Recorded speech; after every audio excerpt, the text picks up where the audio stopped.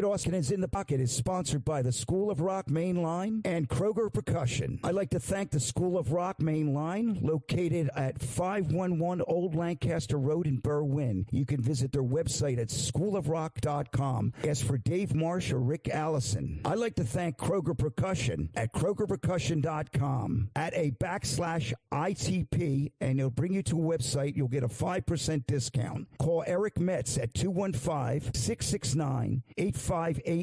That's krogerpercussion.com.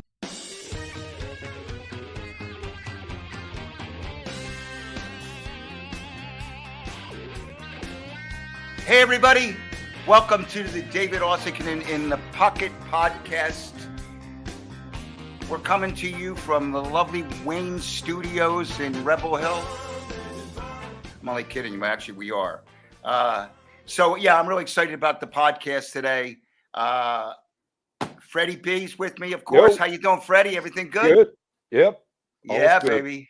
Yeah, good to see you. Good to see you. Good to see you too. Yeah, man. And of course it's great to be here. We've been away for well, actually we did a few podcasts when we were on the road, but now we're back, and it's been a little over not quite 2 weeks since we've been back, and it feels good to be home and just getting back into it. And for our first podcast since coming back from Europe, I'm excited about today. I got my buddy, the legendary rockabilly rocker himself, horse aficionado, guitar aficionado, as colorful as hell. Will you please welcome the one and only Quentin Jones? Gentlemen, how are you? It's good to be here. What's up? My gosh, what a great day we've got going here already. Yeah, man. Yeah, baby. Hey, man, this is cool. Quentin, we've been doing this podcast for a couple of years now, and Freddie, recently joined up, helping me out, and I much appreciate it. And from playing together, doing the QDK gigs, and what we've been up to, maybe doing some sessions together. I always talked about bringing you on to talk about, what your background is, what you've done musically, and all the cool stuff that you're into. And it's about time, right, bro? Well, you got to do, when things happen in the right time, they happen in the right time. You know what I mean? And I've been excited to come on and talk. Yeah. Nice. Yeah. I always like talking with you, David. How was that tour? Huh? Pretty cool. That European tour you just came. Yeah, it was good. It was good. And we'll get to the touring thing, but that was great. But today's show is all about Quentin Jones. So we're going to get into that. I know you don't like talking about yourself, but we're going to talk about something. It's not always easy to do, Right. You think about some of the stuff that, reflect, but you got such a cool career, and, your story. And I think people from social media are starting to get a little bit of a read on it from your posts that you do with Nevi. Yeah. And you got your life is different than a lot of the way me and Freddie grew up. We're kind of more urban people, and you've grew up with horses and raised in that environment that is pretty damn cool. Your father was a long time guy that worked with horses and the Devon Horse Show, and all about the raising horses. Your brother Wendell. Yeah. I mean, you got some real history there. Yeah, and and we've never really kind of delved into. I only know bits and pieces of what of that from just meeting your brother and of course going up there to the barn and seeing the horses and then playing music with you and Freddie, I've had an interesting ride with Quentin because we met we were doing this record with Charlie. He was doing a Charlie Gracie record. Wow. I think that might have been the first thing that we ever did together, right, Quentin? Robert Gordon. This is the first time we actually worked together. It was Robert Gordon, I believe. Oh, Robert Gordon. It was Robert Gordon, and You were producing it. I was producing it and playing guitar on it. We needed Robert. Robert was, Robert likes to cut things live. Yeah. So we needed, a drummer, and I was talking to you about other business, and you just came down that day and cut some songs with us. It was great. Nice. Yeah. Us, Rob Stoner. Rob Stoner. Legendary guy. Rob, yes, he is. Legendary guy. And that was the first time I got, like over the years, the band would play gigs up in the Lancaster area. There was a place up there. What was it called? The Village. The Village. The Village. I remember that place. Yeah. Did you ever play there, Freddie? Did you ever play there? Right? Yep. I bet you did. So, it was, we're going back. I think I met Quentin there because Quentin had a band that opened for the Hooters in the 80s. Yeah. Right after we had, I think we played there during 1986, something like that, where things were really, America really popping for us. It was so much. 84. 84. Was it really? So it's before February of 84. Damn. Oh, no way. Oh, wow. So I didn't realize that's a great story. Yeah. Wow. Yeah. Well, so it's just to give people a little bit of a time thing, because I didn't even realize Quentin was Quentin when he did that gig with us in 84. I didn't realize he came to me, I'm that guy. He told me that later on when we started talking, because I didn't really know. And then I started learning all these cool things about this guy, what he did, and how he decided to go down. How Quentin decided to go down this path of rockabilly and working with some guys like Al Cooper and Charlie Gracie and Robert Gordon and what's her name? Linda Gale Lewis. Linda Gale Lewis. Linda Gale. I mean, he's got this whole network of I don't want to say, because it sounds disrespectful, the crazy misfits of music. It's crazy, and they're all amazing, but they have all had these wild reputations, on the fringe, on the edge of rock and roll, and my man's been a part of it, which is amazing. Yeah. But so we met in 84, right? Right. Yeah. You want to tell that story? You can tell that story. I would love to tell that story. I would love to hear it. One of my favorite stories.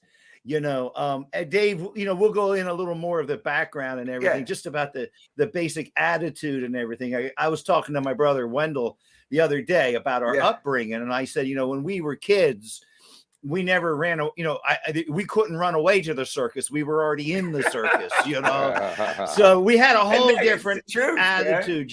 And one of the things I learned with horses is you have to have honesty to really get ahead, because you got to really look at the horse if you're working with a horse and see what's going wrong. You can't sugarcoat things. And I've tried to do that with music. And so when I tell this story, I'm not being self-deprecating. I'm just being honest here. I was in a band that had a lot of charm, but no talent. I mean, we had talent, but we weren't good yet. We were unrefined. But you knew you would be someday. Absolutely. Because we made a record with the drummer from the Sharks. Right. Doug. Doug. He had a studio and he let us come in. We did a 14-song record. I was 18 years old, Yeah. Mm-hmm. And the record was good, but we couldn't reproduce live. We just didn't have the chops. But anyway, somehow I got Gus Fotis to put me on opening for the Hooters. Yeah. Somehow this guy could sell. He's just an amazing salesman. So knowing Quentin now, somehow it's that it was going to happen. Yeah, right? I used to be able to work the Jedi mind trick on Gus at the Village. You will let me open. So, and we had patterned ourselves after a Mersey beat band. I was huge Mersey beat, and we were so into it. And me and the singer used to listen to those albums for hours. The Zombies, you know, even though they're not really Mersey beat, absolutely they're not Mersey beat. British Invasion. That whole sound, you know, but like the Hollies, obviously the Beatles, and you know, all that stuff. So, anyways, you know, we wore the suits, the whole 9 yards. Nice. We just I had to play a Rickenbacker, of course, you know. Of course. So we go in and play, and we play. It was February of 1984 because it was would have been 20 years that the Beatles were on the Ed Sullivan Show. Oh, right. And that's how I know the date, because I kept saying all night, we started out with some Beatles songs. Here's from a band that was on, blah, blah. I was saying the whole thing, you know, the band, you know, 1964, blah, blah, blah, blah, blah. We sucked. You know, the people tolerated us. I mean, but we did suck. So anyways, the Hooters come out and they rip the place up. You know, they're doing great. So I'm just like, I could have literally walked out under the crack of the door. That's how bad they blew us off the stage. You know, I wouldn't even have to open the door. So they come out for an encore, and Eric goes, here's a song from another band that came out 20 years ago. And you guys did Glad All Over. And just tore the place up, man. But what was really cool about all this was after we were done, you and Eric and Rob were talking to me. And you guys gave me a lot of good advice, and you were very supportive of a young band. And I never forgot that. Nice. And I'll never forget what Eric said. It seems so obvious now, but he said, maybe you should get a guitar that stays in tune. And maybe you should get a tube amp. I had a Sun amp. You know, he's like, maybe you should get a tube amp and get a guitar that stays in tune. Which in hindsight was the best advice you could give a guitar player, right? Right. You know? Well, did you even know better then, though? Right? I mean, no, I had to have a Rickenbacker John Lennon guitar. You know, right? Yeah, that was going to make us better. You know, I mean, I was a kid. You know, yeah. How long did you that band that opened for the Hooters in '84? How did you because? Okay, we met there. When you were doing that, were you still involved? Were you like, were you a full-time musician then? No. Or did you had like a day job back then and you were playing music? I grew up in the horse business. Yeah, right. And I had another brother named Bruce, and this is a real true. This is a real true. Yeah, this is a true story. You know, Bruce was really into music. He was my older brother. Yeah. And, you know, I used to listen to all the records that he had. He would always, you know, explain the stuff to me. I'll never forget when McCartney came out. I would have been about 8 or 9 years old. And he explained to me that Paul McCartney played all the songs in a recording studio in his house, you know, and it just totally blew me away. And that kind of shaped, you know, I love that idea of recording. And he recorded all the instruments. You know.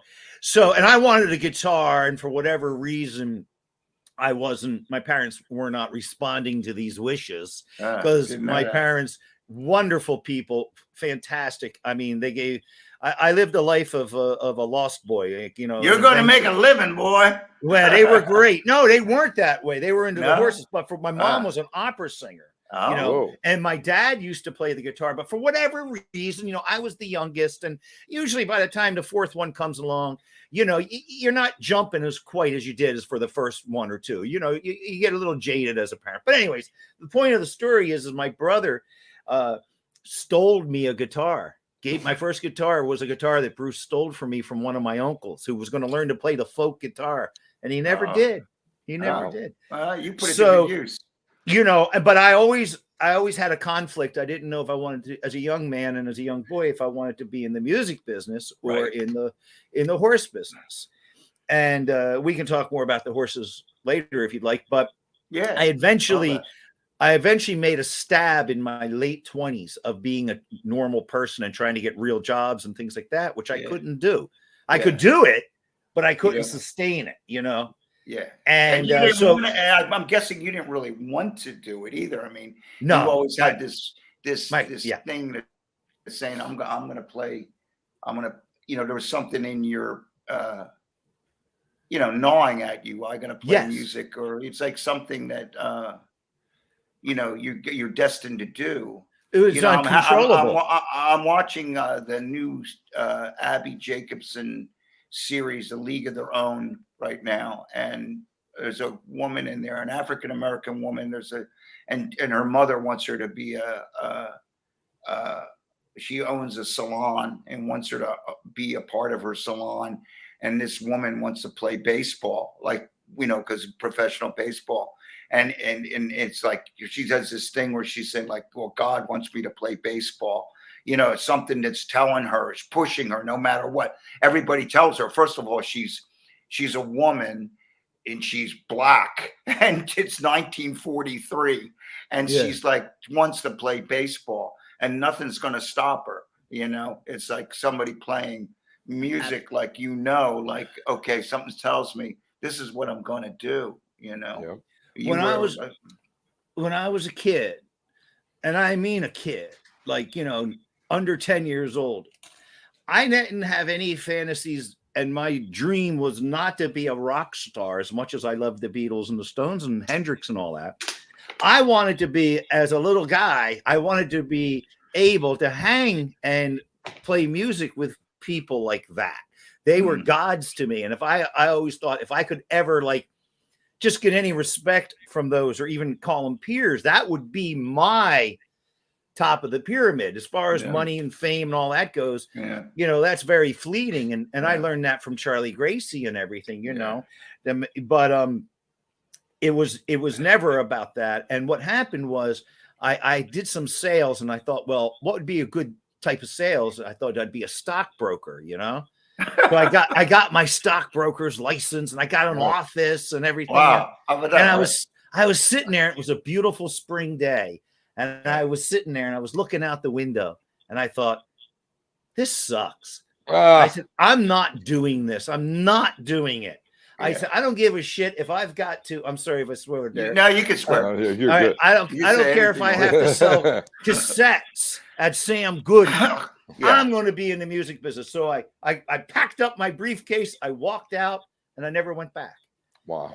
And I started just doing a duo with a friend. We called ourselves the Unemployed. Yeah. And we were playing about 20 to 28 times a month at every corner dive bar we could get to, just me on guitar and him singing. And that taught me how to actually be a musician. So for the longest time, you did the band thing, because when I met you, you were a guitar player, had this crazy cool band, the Reach Around Rodeo Clowns, which I didn't. I don't know if I mentioned it. I did it in my post and promoted it, but you had this really cool alternative band. You got to call it alt band, psychobilly rock. I got a whole thing. It was kind of hard to really even define what you were, but you had some cool stuff. That Stephen King was a fan. King of the Race, the slot car track. Yep. But you were doing the band thing, but. When I met you, you already had work with Al Cooper, and you were good friends. Not only producing Charlie and Robert, but I can tell you had a relationship with these people. Like you were buddies with them. That was the coolest thing.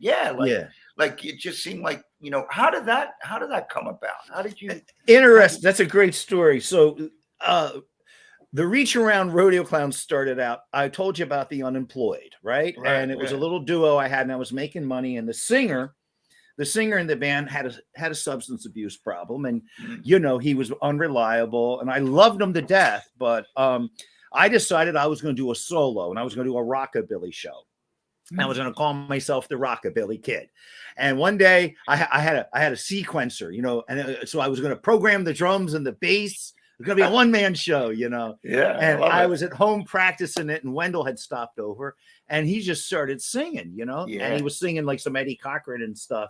Yeah. And Wendell has a really baritone voice with great character, and I don't like singing necessarily. So I thought, all right, we'll do a duo with my brother, because now I have someone who's reliable. Yeah. And we called ourselves the Rockabilly Brothers, and it was cheesy as hell. Wow. But we slowly started to morph, and we brought in live people.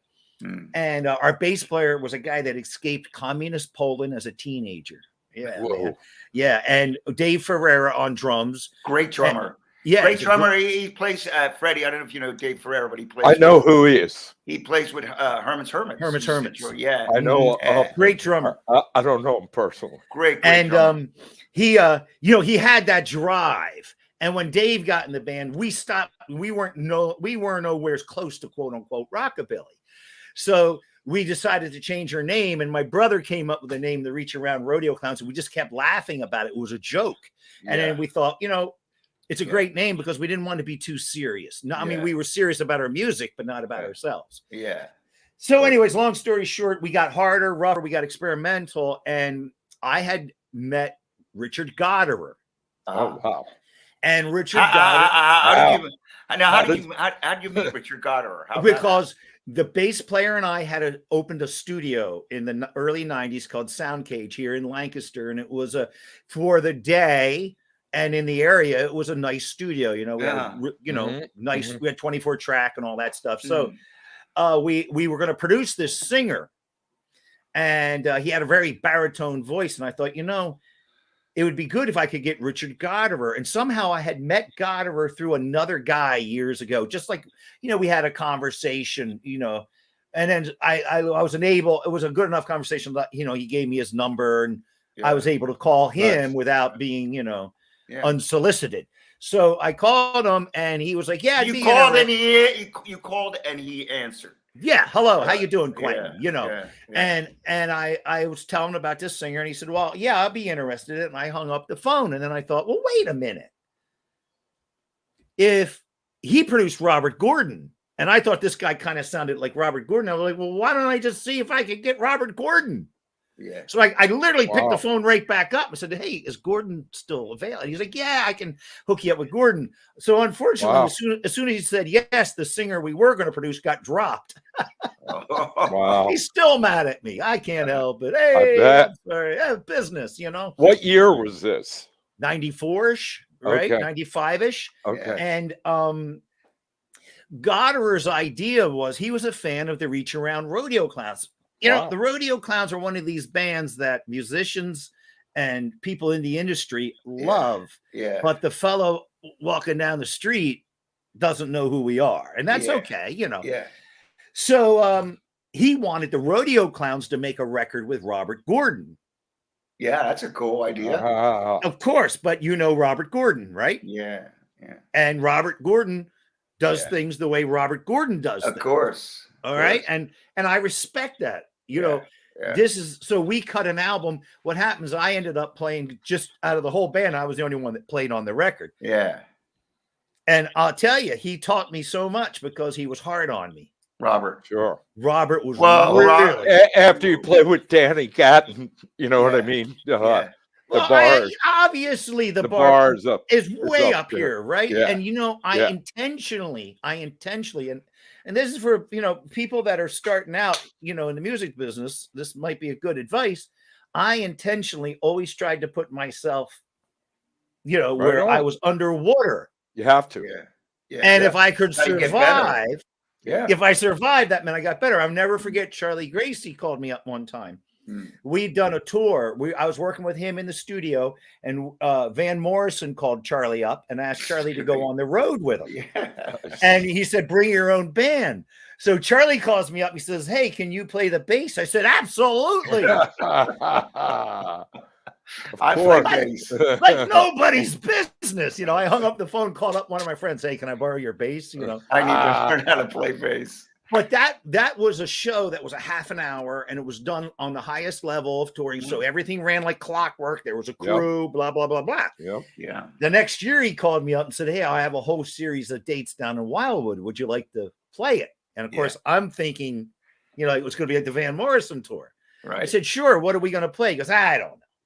I said, well, do you have any sets? Nah, I don't. I just, I said, can you send me a list of songs? He goes, nah, I know 3,000 songs. He goes, look, kid. He goes, you show up at the beginning of the summer, and if you're still playing at the end of the summer, you'll be able to play with anybody. That's perfect. Love it. It's like, I got to tell you. Yeah. So on my experience, I just give it real quick with Charlie. So I'm recording this record with Quentin, and Quentin at the studio had a drum booth, and I'm in the booth, and there's a door, and you can see the window. And Charlie wanted to cut these. He's cutting this track, this particular song, and we were really kind of doing a live thing. I think there was a click, but I remember thinking I could just watch his hands and figure out where he is. Well, Charlie, when he plays, he does this thing where you can't. It's almost like he's fucking with you or something. His hands look just like that. Yeah, that's the chord. Like, where's he going here? Where's he going with that? It worked out. I mean, but I remember thinking, wow, okay, I'm on my own. I'm on my own here, man. It ended up being really cool, and he's amazing. But he was an interesting cat to work with, and so you got through the summer.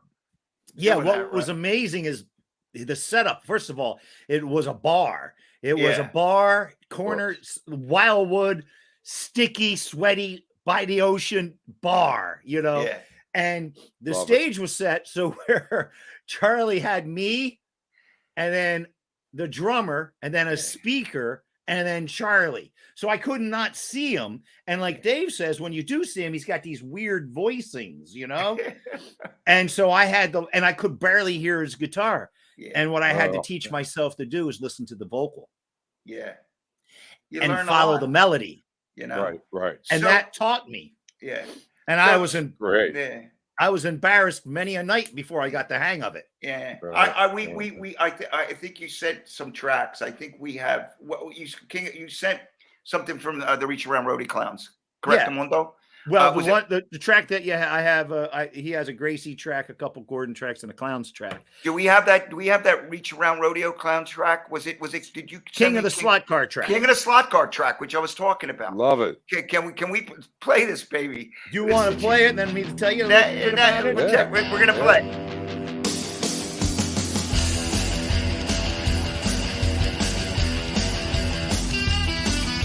He gets the hot chicks because they think he's cool. He used to go to my high school. He's the king of the slot car track. He got a Can-Am and a pistol grip. He got the right tires, he can make them stick. He's the king of the slot car track. He's an A-blade demon burning up the track. So don't you mess around. He's the fastest trigger in this here town. Look out, buddy, he'll shut you down. He gets the hot chicks because they think he's cool. He used to go to my high school. He's the king of the slot car track.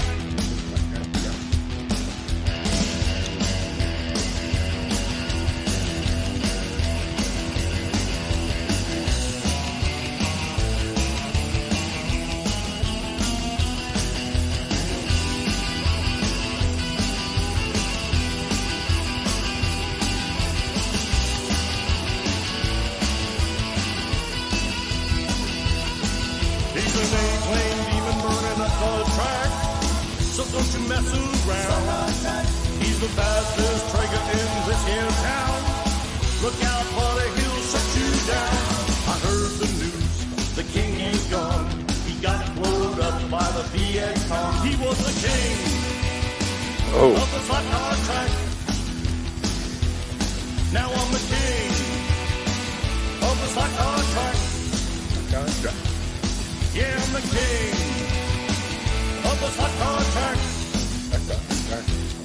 Yes, I'm the king of the slot car track. Oh man. Yeah. Thank you. Rocking. That's great. Now, was that recorded at your studio? Yeah. I produced it and engineered it. Yeah. I had a 2-inch 24-track old MCI machine that I mixed it all. Nice. Yeah. Now you see, the thing with the Clowns, the whole purpose of the Rodeo Clowns, there's a lot of history to the band. I mean, it's good. We did a 20-song album that was connected to a comic book that was illustrated by Jim Smith from the Ren and Stimpy show, the co-creator of Ren and Stimpy. And, Yeah. we had all this stuff that was going on in the clowns. And like I said, in the industry, it got all kinds of attention. Yeah. But what we purposely did is we would misdirect.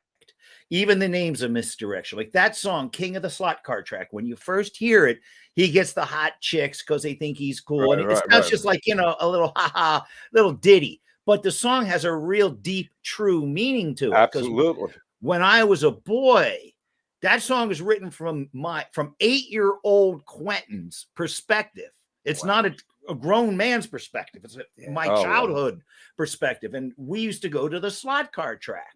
Yeah. Where my parents would drop us off. And I was the youngest. So I was always like jerking around and everything. My brothers were a little more serious about it.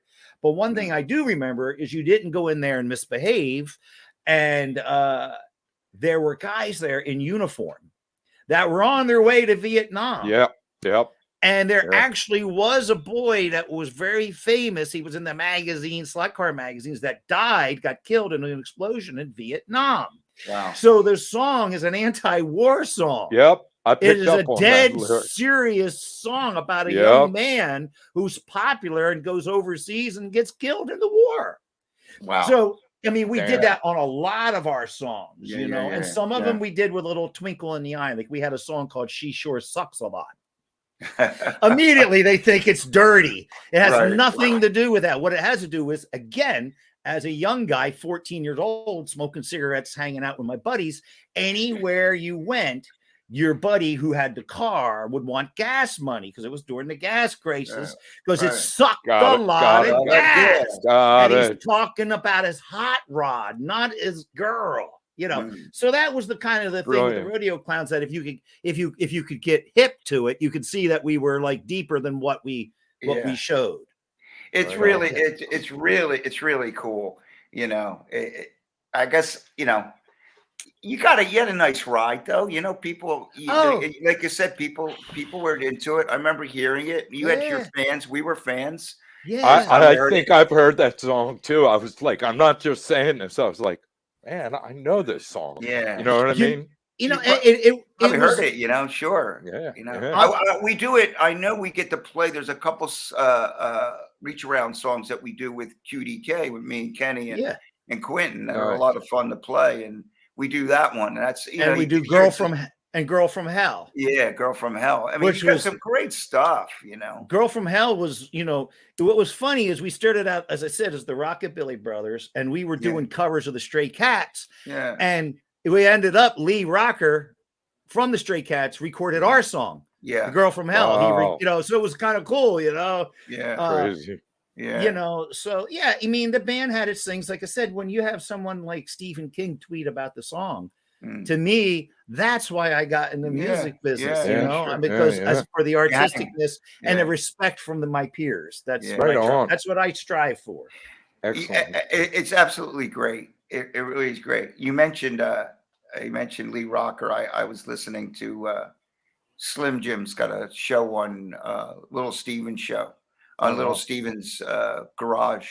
That's really terrific. He plays some great rock and roll, old time rock and roll. He played a song. I think he played the first time I heard Little Pig. For instance, we were talking about Robert Gordon. I cut a track that I never knew was a cover song. I thought it was something Robert and Quentin wrote. Robert might have even said at the session, this is something I want to cover. But we did this song called Little Pig. And so I didn't know it. I never knew the other version of it. And I heard, I think, the original version on Slim's show. Slim was playing. He would play these obscure, songs. I forget the name of the guy that originally did it. Do you remember the guy that wrote Little Pig? Don't, but I also know Buzz and the Flyers did it. Yeah, Buzz and the Flyers. But you mean Buzz from Hot Rod Lincoln? No, okay. Buzz, who eventually ended up in Joe Boxer. Just love. Okay. Rockabilly band called Buzz and the Flyers. They were really great. Yeah, actually, my friend, you mentioned that band, the Joe Boxers, David Collard, DC Collard, playing the. is the keyboard player, and just did a tour with the Joe Boxers over the summer. He's a good friend of mine. The Dig Wayne is the singer. So because we have a Gordon track that you said, and it's Little Pig. Little Pig that we Dale did. Hawkins. Hawkins. Yes, he did it originally. Yes. I cheated. That's cool. The reason you didn't know it is the way Robert works in the studio. You forget what he did when we were making this record. We would meet in my office. Yeah. We'd sit down with tablets. We'd listen to the song. Then we'd go cut it. Yeah. We'd do 3 a day like that, you know? Awesome. And we'd sit, me, you, Stoner, and Robert. Verse, chorus, verse. How's it starting? How's it ending? Yeah. Right. And the other thing with Robert is all Robert's scratch vocals were keepers. Really? Wow. Yeah. That's impressive. Yeah. How did you so you mentioned you through Goddard you hooked up with Robert. Yeah. Robert, I know, we don't have to go into it. You guys have had an interesting relationship over the years playing music together. Robert can be tough on you say tough on you, but listen, you hear King of the Slot Car track, and your guitar playing is like over the top, great, Right. And no one plays like you, Quentin. You have a great style, and anybody that comes to see Quentin play, I'm excited. Freddie, Quentin played with us the day before we left on tour with ITP, and then Quentin's playing when we played the Ardmore Music Hall on October 1st. Quentin's in the crew. He'll be playing with us then as well. And I think maybe that we have a couple gigs coming up in October, and he's joining us, which is super cool. And I'm really happy to have him part of it because he's such it's like so different. He comes out and it's like, the Link Rays of the world that were like combined showman, performance oriented rock and roll. He really does that thing that I think, Quentin, you're really great at. Thank you. There was a show we did at the Lancaster Roots and Blues, not this previous one you did with Liberty, but the one before. We played, and I remember playing with him and thinking, man, the audience were just so into him. It was so great, man. We had a great show then. Standing behind Charlie Gracie all those years, you learned something. Charlie made Van Morrison change his set. Really? Yeah, Van wasn't going to play any of the hit songs, Now, Van personally asked Charlie to do the tour. And Van was only going to do stuff from the new album. Yeah. And the second night, he watched Charlie play. And Charlie only had a half an hour. And at the end of Charlie's set, it was a standing ovation. Really? Wow. The next night, Van Morrison came out with Domino and Jackie Wilson and Moon Dance and all of them. Yeah. Play the hits, man. Yeah. Well, people, I just did a tour. You play the hits. People pay the bucks. They want to hear the hits. You know what I mean? So, can we listen? We don't have a lot of time. I want to play a little bit of Little Pigs here. Hear a little bit of the Robert Gordon thing. This is a wacky track. I remember when I was cutting it, Fred, I was thinking, what would Keltner do here? So I went after like a little village kind of thing. Okay. Check it out. You got that?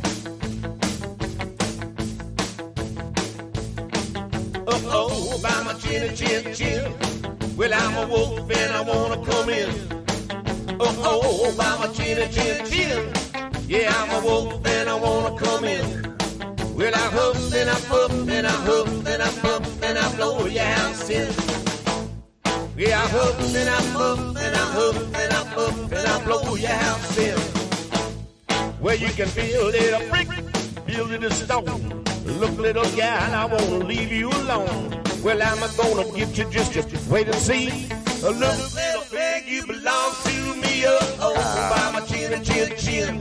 Yeah, I'm a wolf and I wanna come in. By my chin. Yeah, I'm a wolf and I wanna come in. Well, I huff and I puff and I huff and I puff and I blow your house in. Well, I huff and I puff and I huff and I puff and I blow your house in.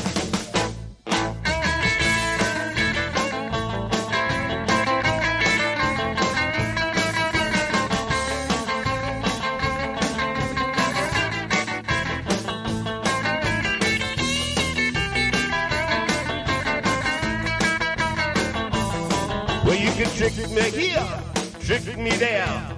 Look, little guy, you ain't leaving nowhere. Cause I'm gonna get you, just wait and see. Look, little pig, you belong to me. Oh, by my chin, chin, chin. Yeah, I'm a wolf and I wanna come in. Oh, by my chin, chin, chin. Yeah, I'm a wolf and I wanna come in. Well, I huff and I puff and I huff and I puff and I blow your house in. Well, I huff and I puff and I huff and I puff and I blow your house in. Well, I blow your house in, little big, blow your house in, little big. Blow your house in, little big, blow your house in, little big. It's such a wacky track. You know, I would. It's Can kind you? of like, hey. Well, you know, here's the thing with Robert Gordon, the Reach Around Rodeo Clowns, and you never know where your night's going to end up. You see, and it could end up. There's a danger to Robert. You know, am I right, Dave? There's a danger element when you're around him. You know, something's going to happen. He's a crazy guy. He is, but I'll tell you what. But a terrific. You know, look. You know, he no one sings like that guy. Oh my God! And he does it. No except, well, Wendell can do him pretty good. Wendell He said to Wendell, "Hey man, you do me better than I do me." Really? Wow. Yeah, Wendell's funny. the only guy. I have videos and stuff where Robert don't let anybody on the stage, but he lets Wendell up there, and him and Wendell, he's got his arm around Wendell and he's singing with him. And he'll give me a hard time for the whole session. Oh, come on, man. Come on, Quentin. What's the matter with you? Come on, man. And then Wendell will walk in and he'll go, "Hey, Wendell. Hey, man. How are you?" That's funny. Can you play a bit of that other song of his? Because that really shows his voice off. What song do you? What do you have? Lonely Blue Boy. Oh, let's play that. Do we But, have that? even if you just play a part of it, this is.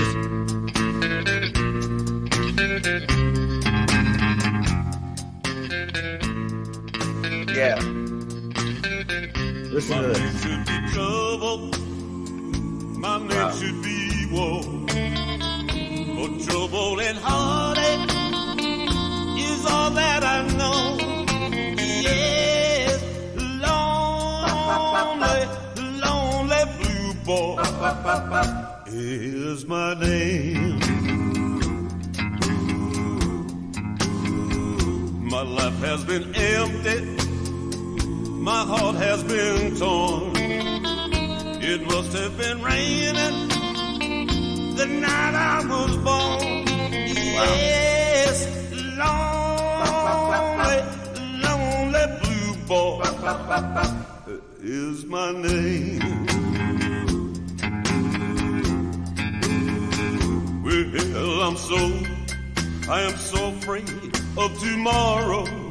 Yeah, so tired of today. Tired of today. They say that love is the answer, but love never came my way. I'm writing this letter to someone. This guy did a record with the Jordanaires. Yes, he did. It's amazing. Is that him doing all the background vocals? Yeah. Wow. Yeah. Well, no, the drummer and the bass player also did some, but Wow. when Robert makes a record with you, he does direct. And, Right. and you do what he wants. And you Right, can't right. argue with it because it's Robert Gordon. Yeah, Dude, I saw him play twice with my buddy Lance Quinn. Oh, played wow. in right, his yeah. band. Yeah. Him and Danny Gatton. Lance didn't wow. play a solo. Well, he didn't play a solo all night long because Danny Gatton. And I Wow. think Rob was playing bass. Yeah. And the drummer was Bobby God. Chenard? No. Anton was Fig. Anton? Nope. It was somebody you and I spoke about, Dave, when I was doing that drummer. Well, it wasn't any Ford Shannon Ford. Shannon Ford. Yeah. Yeah. Yeah. Wow. Great. They were great. Yeah. They were Yeah. amazing. Yeah. Amazing. I mean, he always played with just always had great people. Why not? Yeah. He always did. He was Yeah. terrific. But Yeah. Quentin, you've been producing and doing things, and you're writing, and you're busy between your taking care of your horse, working on music, you're teaching, you got your Nice. hands in a bunch of stuff. Mhm. The cutie gay thing that has been fun. You did a great gig. Tell me about you got this cool thing going on with Daryl Davis. Yeah, so Oh, wow. listen, we got Daryl Davis, and he is an amazing boogie woogie piano player. Yes, he is.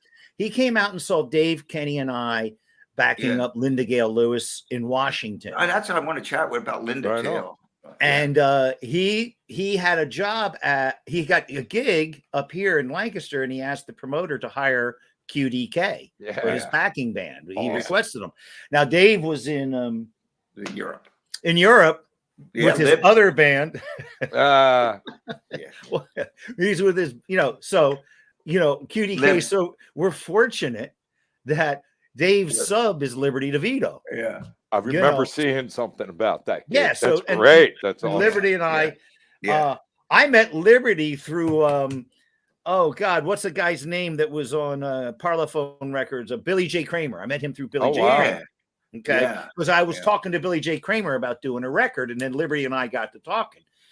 And anyhow, he's amazing. And QDK is playing with him in Lancaster on December 10th. Yeah. At Zootropolis. Yeah. And QDK, for those in Lancaster area, if you want to come, we play this great little bar called the Dirty Old Tavern. We're playing there on September 10th and Thanksgiving Eve. It's a throwback bar. You come in there and we're loud and it's sweaty and there's people and they're having fun and they're drinking and they're running around and they're enjoying themselves, Nice. Yeah. Well, Quentin, when anybody comes to see you, the crowd's into it. You make sure they get into it. It's we want people to have fun. Very funny. Yeah. It's like you have a good time with the audience. It's really a very cool thing. We didn't really talk a lot. We mentioned Charlie doing the tour with Charlie Gracie. Yeah. But you were involved with doing some production with him, with Al Cooper. Yeah. And things like that. That all came about because of Tommy Conwell. No shit. Yeah. You worked with Tommy too, did you? Yeah, I did 2 albums with Tommy. Well, Freddie. Freddie. We spoke about that. We spoke about that before. Yeah, there we go. Yeah, Little Kings. We're all connected. Yeah, we are. Let me tell you something.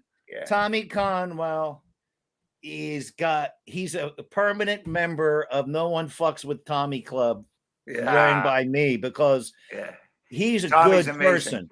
And he is. when I was having a really bad time, he reached out to me. And Tommy, and we are connected because Tommy was in Rocket 88. And I was the last guitar player for Rocket 88. Yep. So I have that connection with Tommy too. But anyways, I was working on Tommy's album, and he said, you got it. Robert Gordon had covered a Charlie Gracie song, and Tommy's like, you got to meet the real guy. That he said, this guy's amazing. So Tommy hooked me up with Charlie Gracie. I did an album with him out of my own studio around the same time as the Lonely Blue Boys stuff. It was in the late 90s, early 2000s. And we were playing in New York City with Charlie. Now, here's the amazing thing. People came out of the woodwork, like Graham Nash. He volunteered to sing backing vocals for us. All these people love Charlie. So anyways, I'm in New York City. We're playing the rodeo bar, and Jody Klein comes out. Now, his father managed bands. You might know, like the Beatles, Stones. You ever heard? And he owns the rights to all those, like the British Invasion bands and so many different things. Well, Jody is the son, and Abco Records had came out, and they were getting ready to release a greatest hits package of Charlie Gracie because they had purchased the catalog of Cameo. That's owned by Abco Records. Right. Wow. And Charlie was the first artist on Cameo. He sold 3 million copies. So wait a minute. We're talking Cameo Parkway. Wow. Butterfly. Right? Butterfly sold 3 million copies in 57 and funded. Paul McCartney loved that song. Funded the whole label. All those guys, Chubby Checker, all them came because of Charlie's hit. Right. Wow. So they were doing a box set on Cameo, and then they were going to do an individual release of each artist, and they came out to see Charlie. And Jody Klein came up to me after the set and said, wow, you have done an amazing job with Charlie. He says, we're going to do something together. And, you know, I didn't hear anything. Well, it turned out that they were planning on starting to release new records. They had only been reissuing for years. Yeah. And so the first one they were going to do is Charlie Gracie. Yeah. And I'm producing the record and I'm writing the songs for it out of my Nice. basement. My wife had left me. I lost my studio. I had a couple of old ADAT, blackface ADAT machines, some shitty Shure microphones, and a Behringer console, you know? And I'm supposed to make this record for Abco, you know? They got the Stones and the Beatles. Yeah. Okay, no problem. Don't worry about it. We'll get it. Don't worry about it. Wow. So long story short, this was a follow-up to an album I already did. And we started making the record, and Al Cooper found out about it. And Al Cooper contacts me, says, hey, if you need any keyboard tracks, you know, Al played on a couple of songs, you know, just a couple songs. Yeah, you know, like a Rolling Stone. Like a Rolling Exactly. Stone. Yeah. And, you know, He snuck on that. Well, he told me the real story on that, Yeah, and I can tell you. But anyways. Yeah, no, we know about him hiding in that room, and they said, okay, he wanted to play guitar, but then... And there was Robbie, the guitar player from the band, Robbie Robinson. Rob was Robinson. there. And he's like, I am not getting my guitar out in front of Robbie Robinson. And I met Robbie Robinson one night at a Charlie Gracie show. Yeah. So he got on the organ to play like a Rolling Stone. So long story, he says to me, hey, you know, if you want any help with production, I'd be happy to do it. Wow. He only produced Leonard Skinner's first 4 albums. I would be a fool. I'd be stupid not to say yes. So I got demoted to co-producer, which I learned. You were fine.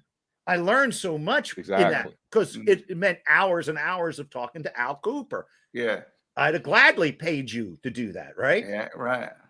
Then they really came out. We got Dennis Steichen on there. We got Lenny Kravitz's guitar player. Lenny let us mix 2 songs at his studio in the Caribbean, wherever that was. That was another guy that did that. I didn't have anything to do with that. We got, Jimmy Vivino on there. We got Graham Nash on there. Peter Noon came to my house and he goes into my basement. He's in my basement. Now, when I was a kid, I used to go down to the basement and play Peter Noon, Hermits records, No milk today. Yeah, right. And pretend I was, and I actually filled in for their guitar player on about 20 gigs. Yeah. When Vance couldn't do some jobs, they hired me. So anyways, I had a little history with them, but I'm in my basement, it's like, 30 years later, 40 years later, I'm in my basement with the real guy. So Did you talk to him about Mickey Most or anything like that? Yes. Did you mention? Yes. Cool. I've talked to Peter about the whole thing was, he says, that they were not thinking that writing songs and being a studio band mattered. They just didn't. So what because Jimmy Page played a lot of the guitar tracks and Mickey used his guys. Hermits actually didn't play on their records. Yeah, it was what's his name? We've talked about. There was Tim Catani and the other guy that played with the Kinks. God, I used to think it was Mick Avery. Do you know who I'm talking about? No. His name escaped. Yeah, he was the man. He played on all the Dave Clark. His name so is they weren't thinking the way we think about it. They were thinking it from the old model, and even though the Beatles were writing songs, they thought that was not going to be the norm. Wow. And by the time a lot of those bands caught on, it was too late. They couldn't get that seriousness. They were considered pop stars. But I'll tell you something. The Hermits. Yeah, and all those groups like that, they would start to be considered. But I will tell Freddie you, and the Dreamers. Yeah, I've seen those bands, and I played with them when I was helping Peter and everything. But let me tell you this: Peter Noon, he's great. Is vastly talented. Oh, the man still has it. Some of these guys come out. He looks great. You see him. It's like, he's great. He's great. It's amazing. You say that. You watch these eras and what is, bands in the early days you're talking about, they were fine with like the session guys going in and playing on it, Didn't think anything about it. Bands usually, when you had an artist, you had your touring band. You know who does it? It's an interesting thing because I did some gigs with Chris Lusinger, who plays with Garth Brooke. What's the big not Garth? Who's the big country guy? Garth. Yeah, Garth Brooks. God, I can't believe he's massive, but he plays. Garth had I didn't know this, but 2 bands. He had a studio band that he's had for years, and then he has the band that he tours with live. And then he started augmenting, because Chris told me one day, he goes, yeah, I'm going to go out and I did a few shows with Garth, because we normally don't do that. We normally the studio band stays in the studio and the live band goes out and plays that. And I was like, wow. And this year he's been going out to do, like, he would take photos. Like, yeah, I'm at they do these 80,000 seat venues, but they have this whole thing where and they're like, I guess everybody's working enough where everybody's cool, like we know we're rolling. They know the roles. Yeah. Jerry Rowe is a friend of mine, and he's playing drums on almost all the Nashville stuff now. A lot of guys. Yeah, there's a few guys. And Dave Rowe's another one. Dave, his father, he plays bass on everybody from Brian Setzer to Loretta Lynn. Yeah. But they don't go on the road. They got road guys and they got studio guys. There's still some of that left in Nashville. I cannot believe. Listen, man, it's already. We're almost at 60 minutes. I cannot believe that this time. Quentin, is there anything that we can promote that we mentioned? You mentioned the shows. Well, we have the show. We got a new show coming up. It's sad to say I can't do the 10th because you know about that because I'm away on the 10th. Right. But I'm talking about the 10th of September, but we have the December thing that we're doing together, and we have the date that we're doing. Zootropolis. What is it? Zootropolis, right? I also and DOT on Thanksgiving. And we have some other stuff which I haven't had even chance to even talk to you about. Okay. But here's the good thing about working with guys like Kenny Harrison and David. It's like this. It's like when you're a quarterback and you got great receivers. Whatever I throw, they catch and run. There you go. Even if I'm off a little bit, they make you sound. They're great to work with, and you never have to worry. You go into the gig and you're like, okay, today's going to kick ass. I got these guys. It's going to be fucking great. That's the upside. The downside is they're very talented and they're in demand. So every once in a while, QDK does a show without one of its members. And that's just kind of what we're doing is we're kind of building that into the whole thing. Fun. So we have a guest, It's fun. We are recording. I am planning on trying to get a 45 out. I'm thinking, so we have QDK's been recording some stuff off and on over at Elm Street Studios. Amazing studio. We know that. Fred and I know it well. We know that place. Oh, what an amazing studio. Yeah. Freddie cuts more drums than anybody there. No, I don't. Stop it. I wish I could figure out how to get a job there, even if I was like changing the water bottles. But anyways, we'll hook you up. Okay, so I don't know if I'll say it anyways. So I already have 2 places. I have a place in Phoenixville and a place in Lancaster. And I won't mention their names because these aren't solid yet. Okay. But we are negotiating for this spring. Oh, cool. And you need to call me, Dave. I will call you. QDK Rock and Roll Review, which we would have Daryl Davis playing and Annabella Lynn from Bow Wow Wow. Wow. I want candy. And and that's another band, that's what everybody knows. But their stuff is all that jungle beat stuff. Yeah, that's amazing. Yeah. I mean, I don't know what that guy was doing on the drums, but she's been somebody I've been wanting to work with for a while. I think she's amazing. We maybe one of these days I want to do we do the double drummer thing with this guy, right? Yeah, man. Freddie. Yeah, Freddie. We do the jungle beat thing with Freddie. Yeah, Burundi, like Adam. Might need that because they got. I know they got 2 drummers on that. Yeah. And that would be really cool. Yeah. So, and that's what I think everybody in the QDK. The other great thing is, I look at these guys. They're almost, they treat me like my brothers, older brothers, Dave and Kenny. They do. They're 'Cause great. we're older than you. Yes, but you also treat me like I'm the younger brother sometimes, and I love it because I There had you older go. brothers, including with the teasing and everything else, which is great. We man. love them. It's We love great. them. It's Awesome. great. I see why. We fucking love them. I love Anyway. Kenny. When Kenny gets grumpy, I tease him.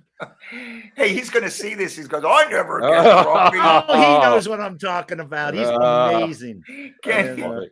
he's a great bass player. He's amazing. Yeah, Hey, yeah. well, listen, we're coming to our Quentin. You're gonna come back and join us some other time. If you have to, we'll have to talk about Yeah. the horses. Yeah, we'll talk about that. We didn't get into Part Nevi, two. but Nevi, but follow. If people want to follow you, Quentin, where do they follow you and see your? Well, you can videos? find me on Facebook at Quentin Jones, or you can find Quentin Jones Guitar on Facebook, and you can also go to my Nice. website, quentinjonesguitar.com, Yeah, Quentin, yeah. and qdkmusic.com. Yeah, Yeah, you man. will not. You won't be So, disappointed.